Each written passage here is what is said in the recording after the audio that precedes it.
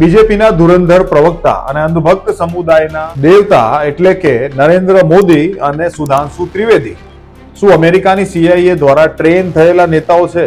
जब मैंने वो किताब लिखी मोदी मुस्लिम्स एंड मीडिया, मुझे ये अंदाज़ा नहीं था कि ये CIA ट्रेन्ड पॉलिटिकल एक्टिविस्ट है જેમનું એકમાત્ર કામ ભારતની અંદર અમેરિકાનું વર્ચસ્વ વધારવું અને હિન્દુ ધર્મની ઐતિહાસિક ધરોહરને દૂષિત કરવાનું છે। गुजरात के हिंदुओं को मोदी जी ने बहुत करारे प्रहार किए। 50,000 कम से कम हिंदुओं को जेल में ठूसा, 250 से ज्यादा हिंदू पुलिस की गोलियों में मारे गए। જન્મે હિન્દુ અને કર્મે રાક્ષસ રાજકારણી જેની ટાલ અને લલાટમાં ભેદ પાડવો અશક્ય છે। આવી વ્યક્તિ શું હિન્દુ ધર્મની રક્ષા કરશે તે કેવી રીતે સમજી શકાય? આ વ્યક્તિને જ્યારે ટીવી ઉપર ડિબેટ કરતા સાંભળો તો લાગે કે જાણે હિન્દુ ધર્મનો એકમાત્ર રક્ષક આના જેવો તમને ક્યાંય નહીં મળે। 1947 से पहले से लेकर 2014 तक जानते क्या था? हिंदू भाग रहा था। काबुल से भागा, फिर पेशावर से भागा, ढाका से भागा, रावलपिंडी से भागा, चिटगांव से भागा, लाहौर से भागा, मेरे पिया गए रंगून वहां से किया है टेलीफोन वहां से भागा, फिर आजाद हिंदुस्तान में कश्मीर से भागा, मल्लापुरम से भागा, धुबरी से भागा, बरपेटा से भागा और जो जिस शहर में रहता हूं जाके देख ले, उन शहर के पुराने इलाकों से भागा क्योंकि आप किसी की हिम्मत नहीं हुआ जहां रहे। मगर 2014 के बाद जागता हुआ दिख गया, भागता हुआ बुरा लगता था। ये कहानी માથે તિલક, પાઘડી, જબ્બો, લેંગો જેમને જોઈને એમ લાગે કે હિન્દુ ધર્મની રક્ષા માટે જ આ ભાઈનો જન્મ થયો છે। પણ આજે હું તમને કેટલાક એવા તથ્યો જણાવીશ જે તમારા સુધી મોદી મીડિયામાં બેઠેલી 20 કન્યાઓ પહોંચવા દેતી નથી, જેને જાણ્યા બાદ તમારા હોશને ઉડવા માટે રેડ બુલ પીવાની જરૂર બિલકુલ નહીં પડે। તો ચાલો સમજીએ કે કેવી રીતે જાણી શકાય કે કોઈ હિન્દુ નેતા એ હિન્દુ હોવાનો કે હિન્દુ ધર્મ રક્ષક હોવાનો ઢોંગ કરે છે કે પછી ખરેખરમાં તે હિન્દુ ધર્મ રક્ષક છે। શું છે ખરા અર્થમાં હિન્દુ ધર્મની પ્રાથમિકતાઓ અને સિદ્ધાંતો? જે નેતાઓને તમે હિન્દુ ધર્મના રક્ષક માનો છો તે નેતાઓ અમેરિકાની સંસ્થામાં જઈને ટ્રેનિંગ લઈને આવ્યા છે, જ્યારે સનાતન ધર્મ તો આખા વિશ્વને સદીઓથી એક માર્ગ બતાવી શકવામાં સક્ષમ છે। કઈ છે અમેરિકાની આ સંસ્થા જેને ત્યાં 14 થી 15 દિવસ સુધી આ લોકો ટ્રેનિંગ લઈને આવે છે અથવા તો મુલાકાત લઈને આવે છે? તમે જોઈ રહ્યા છો જાગો ઇન્ડિયાની યુટ્યુબ ચેનલ અને હું દીપેનસિંહ તમારું સ્વાગત કરું છું આપણી ચેનલમાં।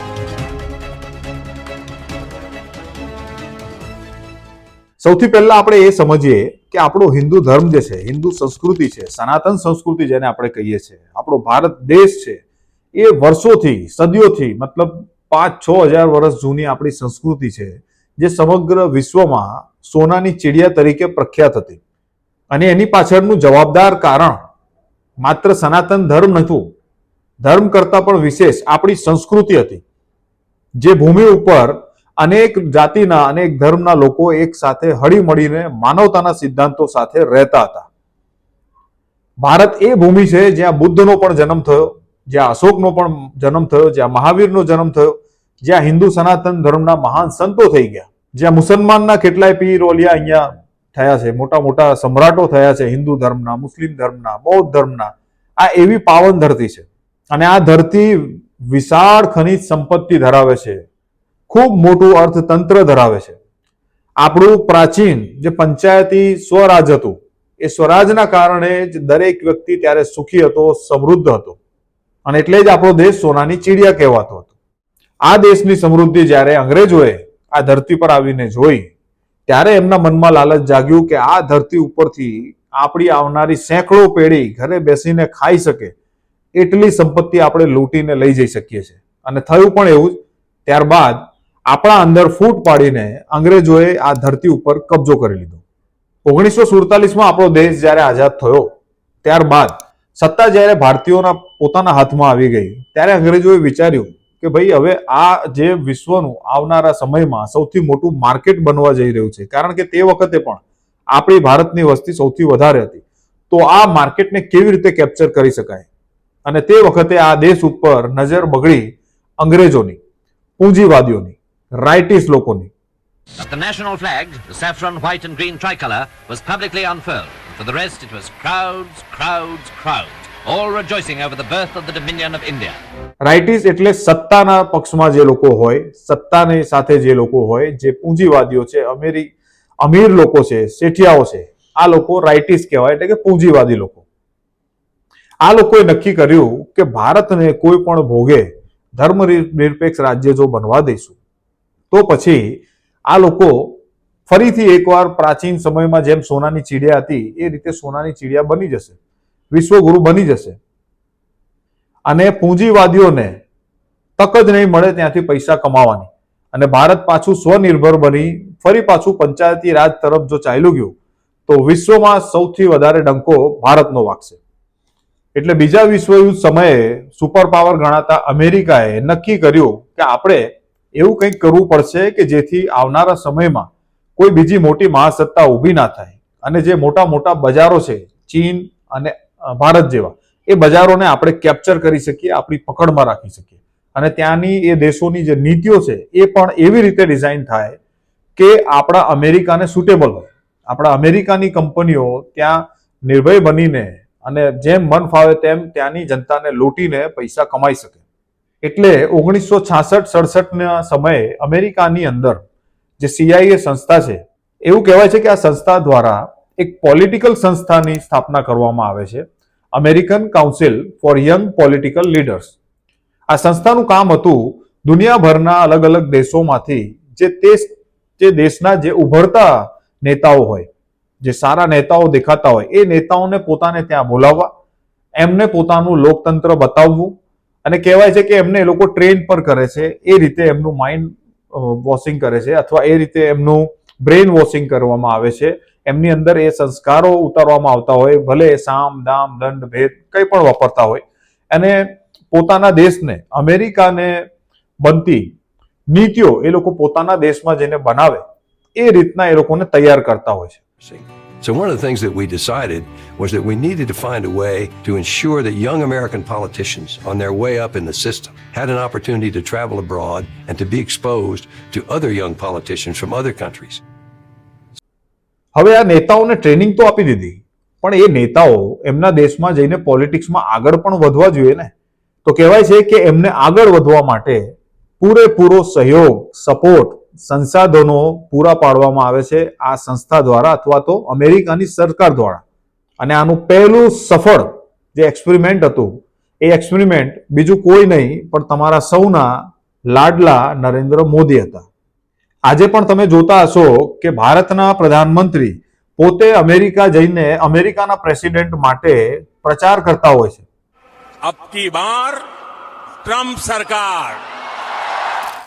એની પાછળનું કારણ ક્યાંક ને ક્યાંક એ જ છે કે 93માં નરેન્દ્ર મોદી પોતે ACYPL આ સંસ્થાની ત્યાં 14 થી 15 દિવસની ટ્રેનિંગ લઈને આવ્યા છે. ટ્રેનિંગ એટલે કે જે પણ પોલિટિકલ પ્રોગ્રામ હોય તે એટેન્ડ કરીને આવ્યા છે અને ત્યારબાદ જ નરેન્દ્ર મોદીનો ભારતના રાજકારણમાં પૂરપાટ ઝડપે વિકાસ શરૂ થાય છે. આ નરેન્દ્ર મોદી સૌથી પહેલો પ્રયોગ કહી શકાય આ સંસ્થાનો અને જે સફળ પણ રહ્યો કારણ કે આ નરેન્દ્ર મોદી આગળ જઈને ભારત દેશના વડાપ્રધાન પણ બને છે. 1994માં પણ નરેન્દ્ર મોદી ફરીથી એકવાર અમેરિકાની મુલાકાત લે છે જેના ફોટાઓ તમે જોયા જ હશે નેટ ઉપર. इनको 1993 में ACYPL नाम की एक CIA की संस्था है और उसका स्टेटेड एजेंडा है कि वो सेकंड वर्ल्ड थर्ड वर्ल्ड के लीडर्स को ट्रेन करके किसी को प्रधानमंत्री बना रहे हैं, किसी को मतलब अपने लोग शिखर पर ला रहे हैं. और इसको 30 साल नरेंद्र मोदी जी को 30 साल तक उन्होंने ट्रेनिंग दी और सीएम बनने से पहले ये कम से कम सुना है 30 बार अमेरिका के टूर इनको दिलवाए गए जब ये केवल प्रचारक थे या बीजेपी के सेक्रेटरी थे. અહીં હિન્દુત્વની વાતો કરનારા જબ્બો લેંગો પહેરીને માથે તિલક પાઘડી ગુફામાં બેસીને સાધુના ઢોંગ કરનારા જે નેતાઓ છે એ નેતાઓ જ્યારે અમેરિકા ટ્રેનિંગમાં ગયા હતા ત્યારે વેસ્ટર્ન સૂટ બૂટમાં ફરીને ખૂબ સારા સારા ફોટા પણ પડાવી આવ્યા છે. અને નરેન્દ્ર મોદી બાદ એવું નથી કે આ નેતા કોઈ બીજા ટ્રેનિંગમાં ગયા નથી. ત્યારબાદ ભારતીય જનતા પાર્ટીના ઢગલે મોઢે નેતાઓ આવી ટ્રેનિંગો લઈને આવ્યા છે જેનો ફાલ તમે અત્યારે જોઈ શકો છો.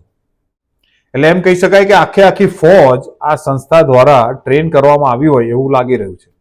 અને એમાં સૌથી જાણીતું નામ જો હું તમને જણાવું તો એ છે સુધાંશુ ત્રિવેદી.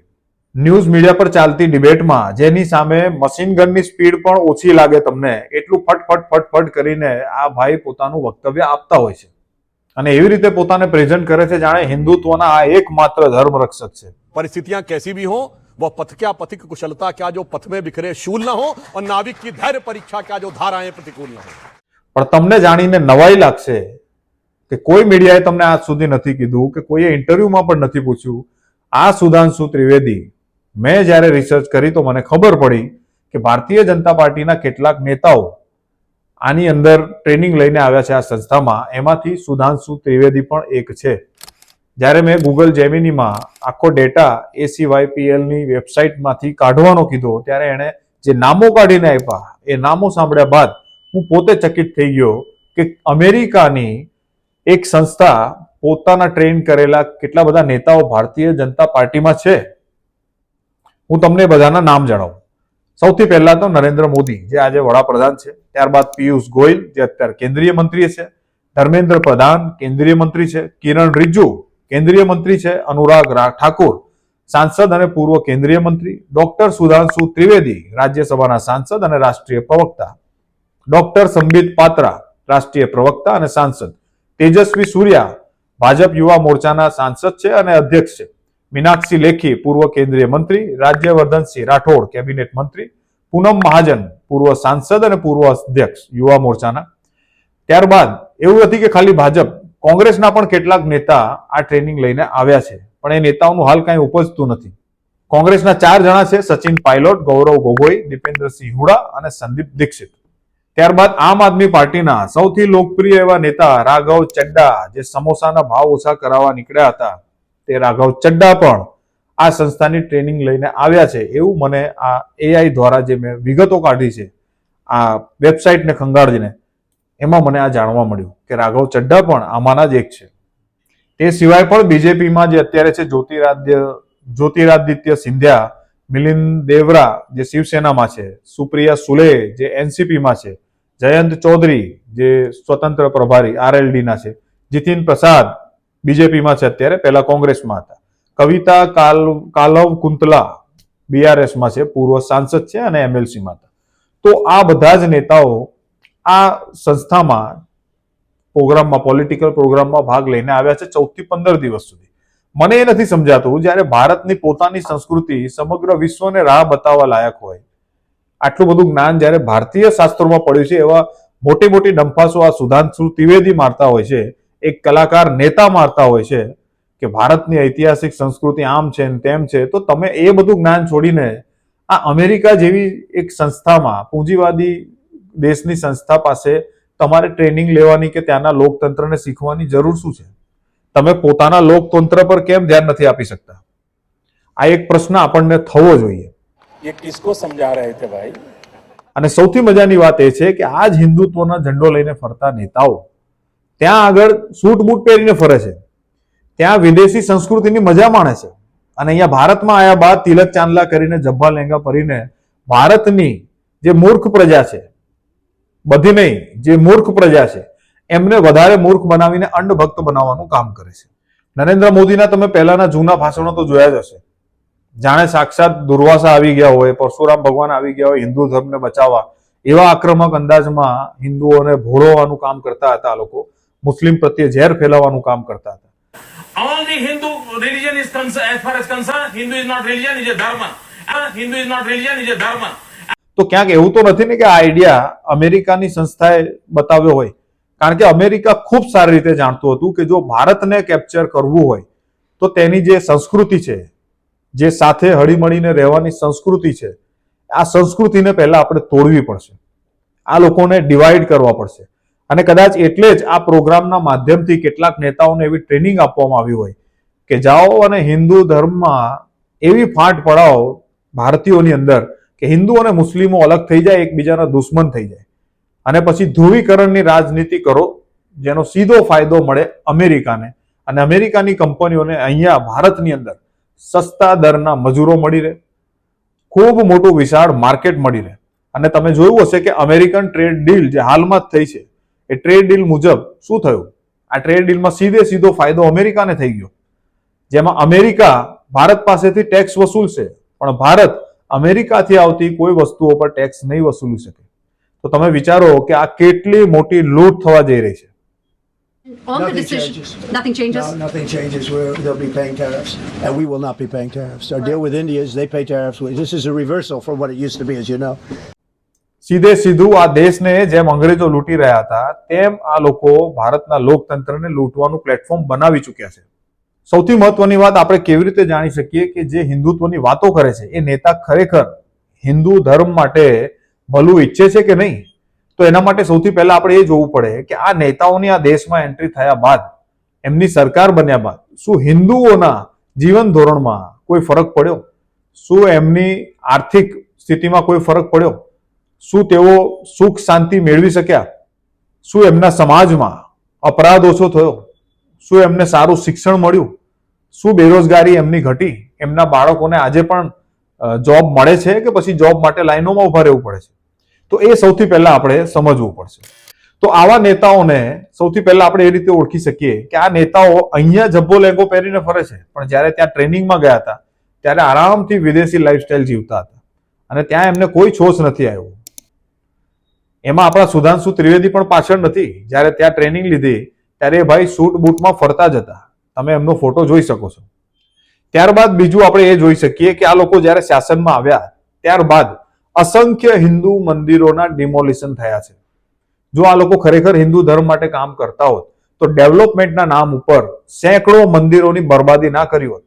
તમે અત્યારે પણ વિડીયો જોયા હશે કે વારાણસી ત્યારબાદ યુપીમાં કેટલાય હિન્દુ મંદિરો ઘાટ પર તોડી નાખવામાં આવ્યા, ભૂકો કરી નાખવામાં આવ્યા, માત્ર ને માત્ર ડેવલપમેન્ટના નામે, જેથી ડેવલપમેન્ટના મોટા મોટા કોન્ટ્રાક્ટ વિદેશી કંપનીઓને આપી શકાય અથવા અહીંયા મોટી કંપનીઓને આપીને અમીરોને ઓર અમીર બનાવાય અને ગરીબને ઓર ગરીબ. તમને ખ્યાલ હશે વારાણસીમાં કે ક્યાંક 800 કરોડની લિફ્ટ બનાવવામાં આવી, રોપવે બનાવવામાં આવી. આ રોપવે સ્વિટ્ઝરલેન્ડની કંપનીએ બનાવી છે.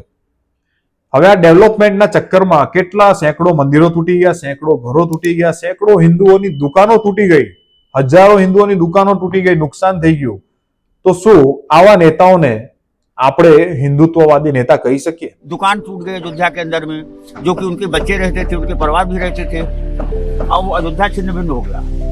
बहुत मुसीबत झेल रहे बच्चे, बहुत कष्ट है भैया. ત્યારબાદ બીજું એક પાસું આપણે એ જાણીને ચેક કરી શકીએ કે આ લોકો હિન્દુ નેતા છે કે નહીં, કે ખરેખર હિન્દુઓ માટે સારું વિચારે છે કે નહીં.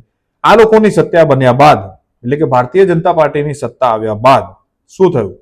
લાખો કિસાનોએ આત્મહત્યા કરી, જેમાંથી મેજોરિટી કિસાનો હિન્દુ હતા.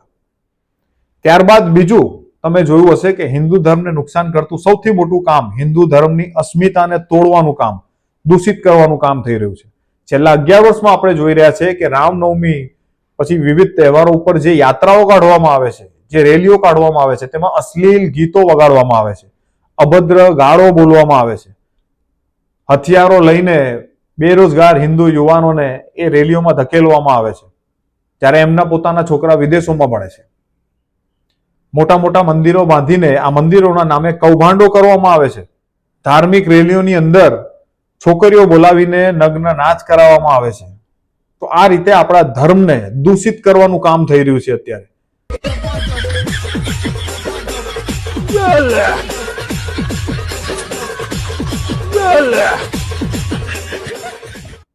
બીજું આપણે એ પણ જોઈ શકીએ છીએ કે આપણા હિન્દુ ધર્મમાં ખાસ કરીને જે માનવતાનો સિદ્ધાંત છે, આપણે હંમેશા દરેક ધર્મને સ્વીકાર કર્યો છે, દરેક ધર્મની વ્યક્તિઓને સન્માન આપ્યું છે, એમને દયા ભાવનાની દ્રષ્ટિથી જોયા છે.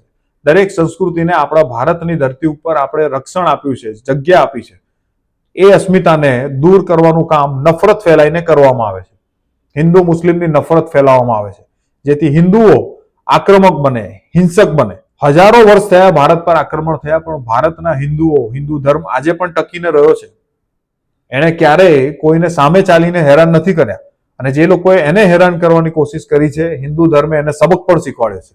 પણ અત્યારે જે પ્રકારની નફરત ફેલાવાઈ રહી છે તે એકદમ માનવતાની વિરુદ્ધ નફરત હિન્દુ ધર્મમાં ફેલાવીને હિન્દુ ધર્મને આખા વિશ્વની અંદર બદનામ કરવામાં આવી રહ્યો છે.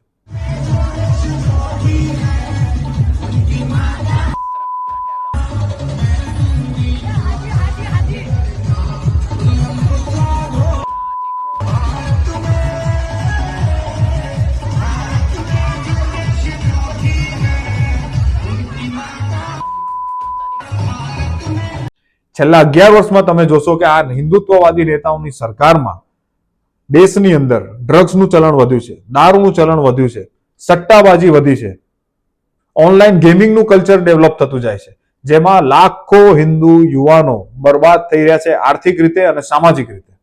આ દરેક બાબતે તમે ક્યારે પણ સુધાંશુ ત્રિવેદીને કે નરેન્દ્ર મોદીને બોલતા જોયા? તમે ક્યારે એમના ભાષણમાં એમ કીધું કે યુવાનો તમે ઓનલાઈન ગેમિંગ ના રમશો, યુવાનો તમે ડ્રગ્સના રવાડે ના ચડશો, યુવાનો તમે દારૂ ના પીશો? ક્યારેય કોઈ પણ પ્રચાર રેલીમાં કે કોઈ પણ મંચ ઉપરથી તમે જો નરેન્દ્ર મોદીનું એક એવું ભાષણ બતાવી દો મને કે યુવાનો માટે એમણે કંઈક કીધું હોય કે આપણે યુવાનોએ ડ્રગ્સના રવાડે ના ચડવું જોઈએ, ક્યારેય નહીં બોલે. આ લોકો માત્ર ને માત્ર એક જ વસ્તુ બોલશે, જે હશે હિન્દુ મુસ્લિમ વચ્ચે ઝેર ફેલાવવું. આ સુધાંશુ ત્રિવેદી જે પોતાને હિન્દુ ધર્મનો રક્ષક બતાવે છે, બધી ડિબેટોમાં હિન્દુ ધર્મનો પ્રખર જ્ઞાતા બતાવે છે, એ જ સુધાંશુ ત્રિવેદી ક્યારેય એમ નથી બોલતા કોઈ પણ ડિબેટમાં કે એમાં કે હિન્દુ યુવાનો સાથે અન્યાય થઈ રહ્યો છે, હિન્દુ યુવાનો બેરોજગાર થઈ રહ્યા છે, હિન્દુ યુવાનો ડ્રગ્સના રવાડે ચડી રહ્યા છે, ક્યારેય નથી બોલતા. તો આપણે હવે સમજવું પડશે કે ખરેખરમાં તમે જે લોકોને હિન્દુત્વના ઝંડો ઉઠાવીને હિન્દુત્વના ધર્મ રક્ષક નેતા માનો છો, આ નેતાઓ વાસ્તવમાં બની શકે કે અમેરિકાએ ગોઠવેલા પ્યાદાઓ હોય. કારણ કે તેમણે લીધેલી અમેરિકાની આ મુલાકાતો આજ સુધી કોઈ પણ ગોદી મીડિયાએ તમને નથી જણાવી, અને એ ના જણાવે એટલા માટે જ મેજોરિટી મીડિયાને અંબાણી અને અદાણી કંપની દ્વારા ખરીદી લેવામાં આવી છે. આ દરેક ગોદી મીડિયાના માલિકો આ 2 જ જણા છે, અને બાકીની જે ચેનલો વધી છે એ પણ સરકાર માટે કામ કરી રહી છે, કારણ કે હજારો કરોડો રૂપિયા આ જ નેતાઓ એમને જાહેરાત રૂપે આપે છે. તો હવે તમારે સમજવાનું છે કે સાચું હિન્દુત્વ શું છે અને સાચા હિન્દુ નેતાઓ કોણ છે. જો તમને આ માહિતી યોગ્ય લાગી હોય, સારી લાગી હોય તો પ્લીઝ આ વિડીયોને લાઈક કરજો, શેર કરજો, ચેનલને સબસ્ક્રાઇબ કરવાનું બિલકુલ ના ભૂલતા. અને જો તમે ઈચ્છતા હોય કે આવા ટોપિકો હું આપની સમક્ષ લાવતો રહું તો અમને મજબૂત કરવા માટે ચેનલને જોઈન પણ કરજો, કારણ કે તમારો આર્થિક સહયોગ અમને મદદ કરશે આગળ વધવા માટે. તો ફરી મળીશું એક નવા ટોપિક સાથે. ત્યાં સુધી જાગતા રહેજો અને જગાડતા રહેજો. જય હિન્દ.